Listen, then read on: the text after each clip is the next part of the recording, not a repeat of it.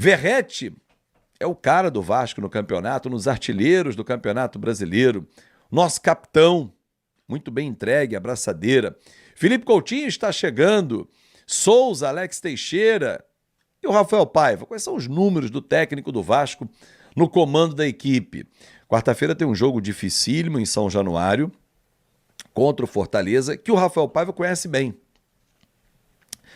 Porque a estratégia montada pelo Rafael Paiva na Copa do Brasil, que classificou o Vasco, Ramon tinha saído, o Álvaro tinha chegado, né? Inclusive assistiu o jogo em São Januário. Esse jogo, esse confronto, serve como um balizador. O Vasco soube enfrentar o Fortaleza, segurou a pressão principalmente lá, em casa jogou de igual para igual, foi para os pênaltis e passou nos pênaltis. Por que não apostar no Vasco nessa partida? Rafael Paiva tem números interessantes no Vasco. São 7 jogos, com o de sábado, 2 vitórias, 3 empates e 2 derrotas. Um aproveitamento de 43%. Coloquei 7 jogos porque estou somando os 2 da Copa do Brasil.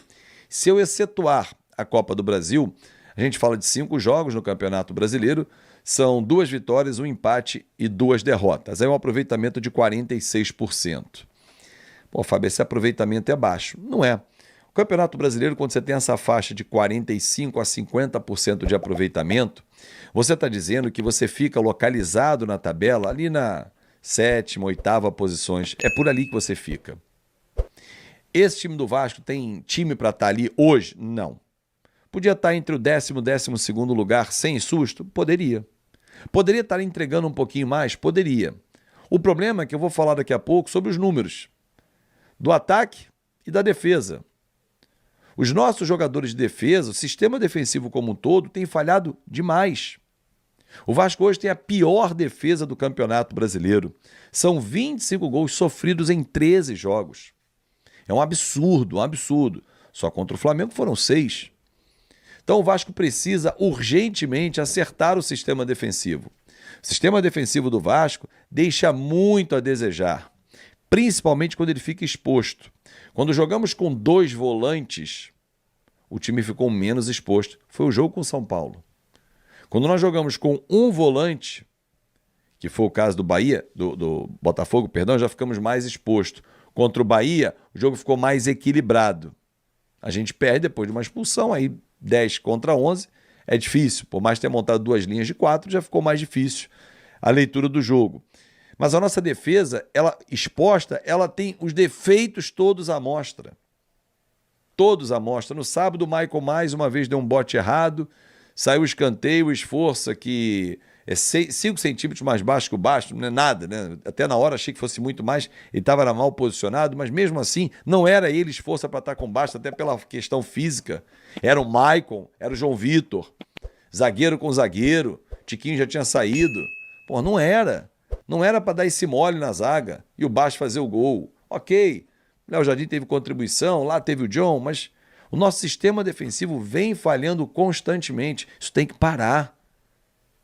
É falta de capricho, de atenção, de confiança? Não sei. O técnico Rafael Paiva, que tem esses números que eu falei para vocês, ele tem que sentar e ajustar o sistema defensivo, fazer treinamentos específicos de marcação, de homem a homem, de leitura de jogo, de entendimento. Não tem garoto ali. O sistema defensivo do Vasco é experiente. Paulo Henrique, o próprio João Vitor, o Maicon, o Léo Jardim, Piton, o Vitor Luiz, são jogadores rodados. Não tem garoto, não está botando só a molecada do sub-20.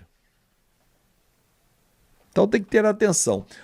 Bom, Verratti, 47 jogos com a camisa do Vasco, 22 gols marcados, só nesse Campeonato Brasileiro 5.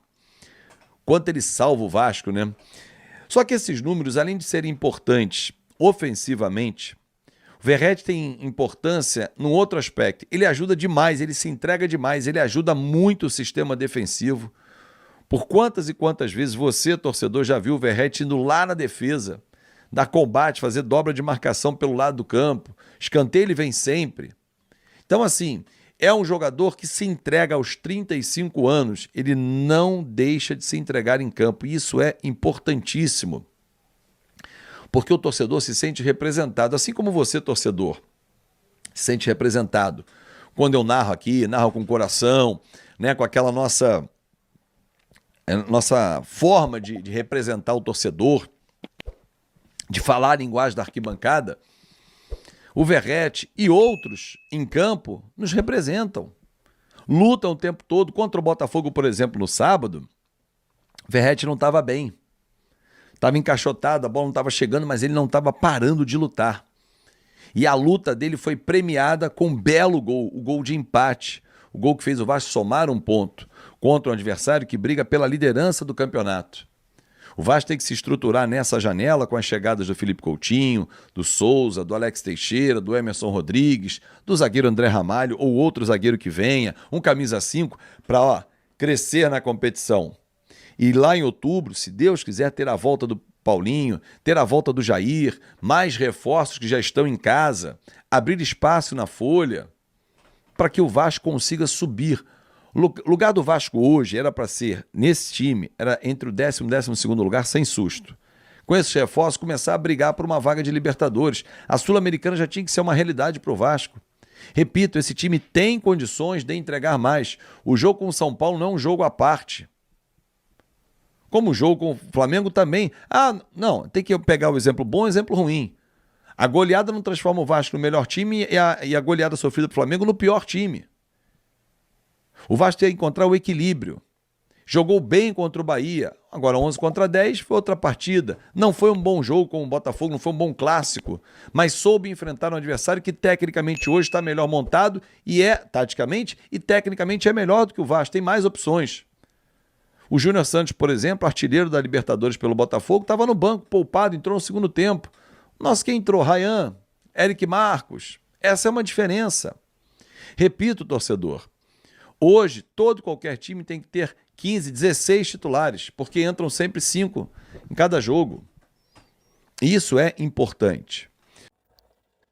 Então é isso aí, família. Ficamos com o nosso giro de notícia do Vasco da Gama. Venho trazer informações aqui para vocês a respeito de uma notícia que saiu aqui, está sendo ventilada.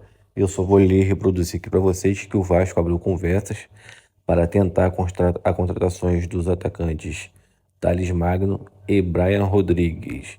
O triunfo do Vasco é o sonho de Thales em jogar com o Felipe Coutinho. Já o uruguaio vê com bons olhos